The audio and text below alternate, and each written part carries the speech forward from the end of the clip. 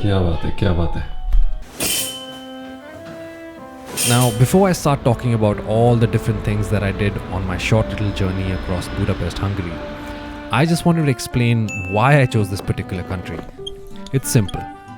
For an average Indian guy like me, who's never been to Europe before, and who doesn't really have that kind of money to travel through France, Germany, Spain, etc., Hungary just made total sense.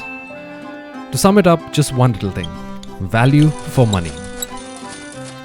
And it's not just that our currency is stronger than theirs, it's the little things that I found value in, like your morning coffee and a slice of pizza, epic old school architecture, and a nightlife we can only dream about in India. And it so happened that Budapest, Hungary fit right into my pocket.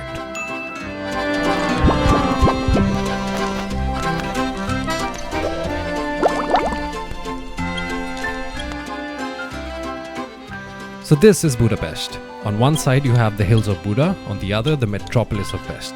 And right in the middle is this beautiful river called the Danube. Now the taxi ride from the airport wasn't exactly cheap, but I had a whole lot of stuff with me and I just didn't want to wait for the shuttle, which is slightly cheaper. 30 minutes later I was right in the heart of the city, downtown Budapest. In fact, a few steps away from probably the most expensive shopping area called Varzi Street. I'm not saying that staying around downtown Budapest is cheap, but if you look hard enough on the web, you will come across these little apartments.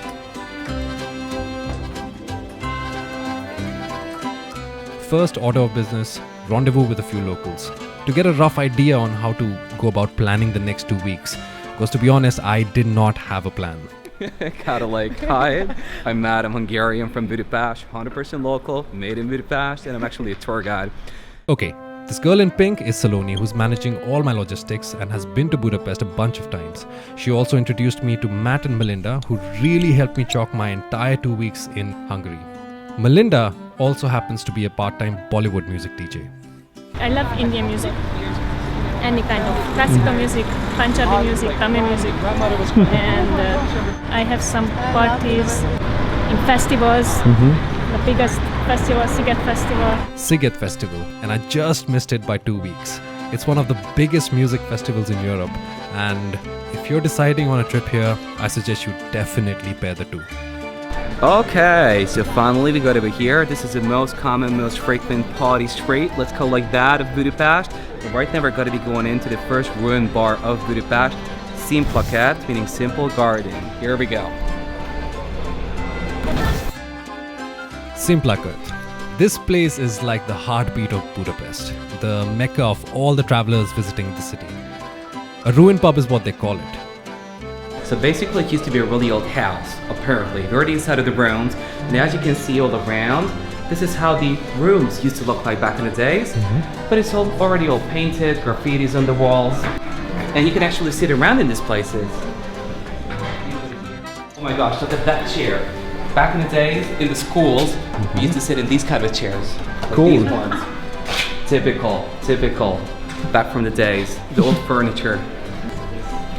And sometimes when you have a party, the DJ will be sitting up over there, the crowd is downstairs. Here's the other half of the car that was downstairs over there. Now we know where the other half is going to. If you know, Brussels is a city, so this It's actually an open air theater as well. So sometimes, like, I don't know if it's still going on right now, but back in the days they used to make movies over here too. Now, Simplakat is more like a starter for your night out in Budapest. It's where you kick back, meet a few people before you find yourself all warmed up to go out to the dozens of other ruined pubs and clubs.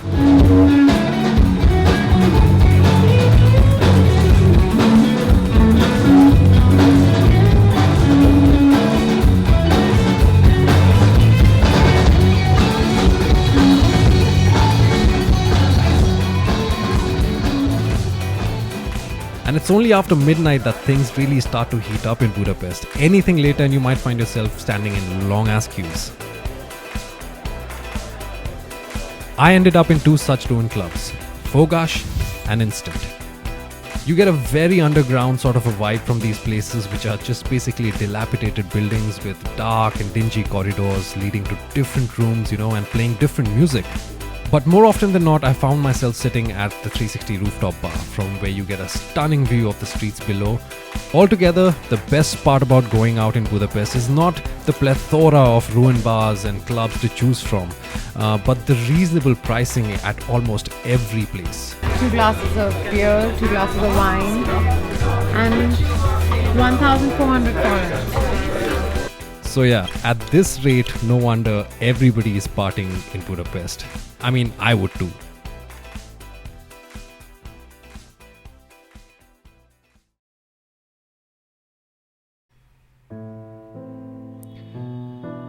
Waking up in the morning in the city is like being in an old film from back in the 50s. I mean, 90% of the architecture in this city is so damn stunning to look at.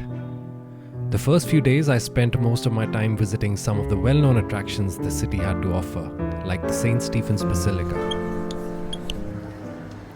Grand is an understatement when it comes to basilicas all around the world, and this one was no less.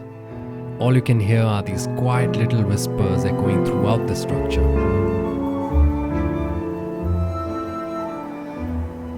I really love the way the light poured itself onto the statues and into the basilica, forcing you to ponder and leaving you in awe of its magnificence.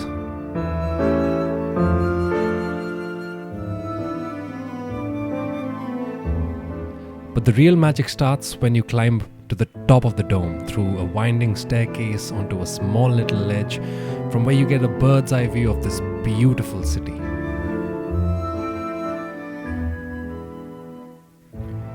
So far, I had just been hanging around the best side of the city, which also features the second largest synagogue, the opera house, and the great market hall, which I will come to later.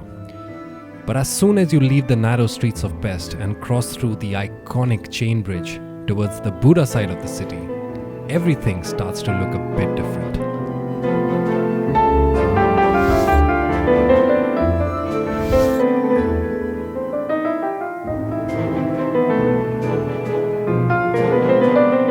I took a quick ride on this classic funicular which takes you right on top of Buda Hill or the Buda Castle district, from where you can see the entire Pest side of the city.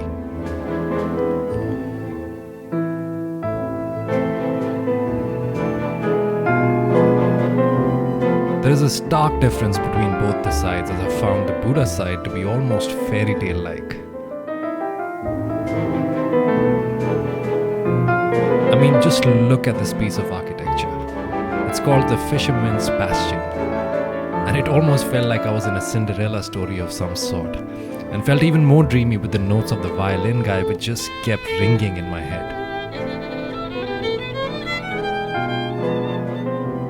Right opposite is this 700-year-old Roman Catholic church called the Mathias Church. At this point, I was just taken by what was in front of my eyes, to be honest. The sheer scale of the preserved history around the castle district is something you cannot escape.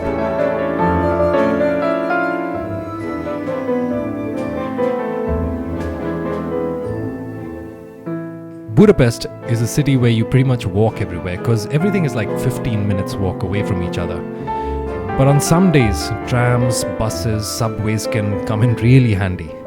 Like the time I went to check out the most visited site of Budapest called Hero Square.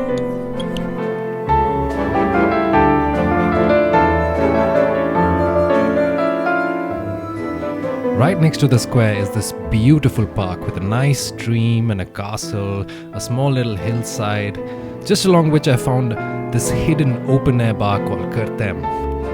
This place just had a super chilled atmosphere with families sitting around, some really nice music, and the whole vibe here just made me question my own lifestyle back in Bombay.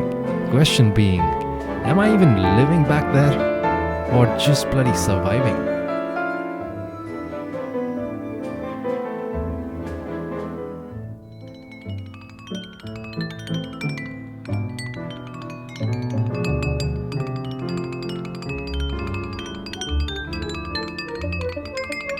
Varzi Street. Now, this is your answer to the high-end designer stores with a lively atmosphere and, interestingly, real-life models inside showcases of a super high-end store. This entire street has a very Christmassy feeling to it, and at one end there is this famous pub called for sale pub, which is entirely covered with sticky notes for some reason. But a few steps away is the bank of the river Danube, where I found myself every other night just mesmerized by the city lights.